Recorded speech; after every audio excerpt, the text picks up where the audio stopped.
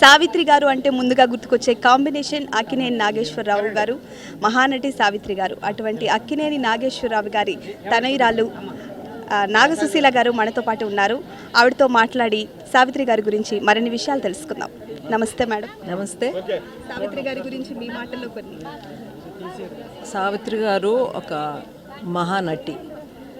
ఆమె main thing ఏంటంటే ఆమె హృదయంతో నటిస్తారు. She has such a pure heart. అందుకని ఏ పాత్ర చేసినా సోల్ టచింగ్, అందరి హృదయాల్ని టచ్ చేస్తారు. Millions of hearts they touched.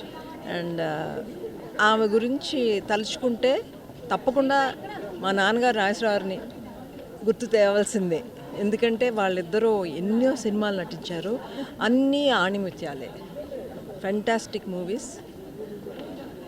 ఎప్పుడూ అనుకుంటూ ఉంటాను వాళ్ళిద్దరూ somewhere they are celebrating today and blessing me and Chamu, because Chamu నేను వారి బిడ్డలుగా పుడతాం మా అదృష్టంగా భావిస్తున్నాను. మేడం, సావిత్రం సినిమాలో నాగేశ్వరరావు గారితో నటించాల్సింది, కాకపోతే ఆ అమ్మ నటించలేక చిన్న పాత్రతో సరిపెట్టుకున్నారు అందులో.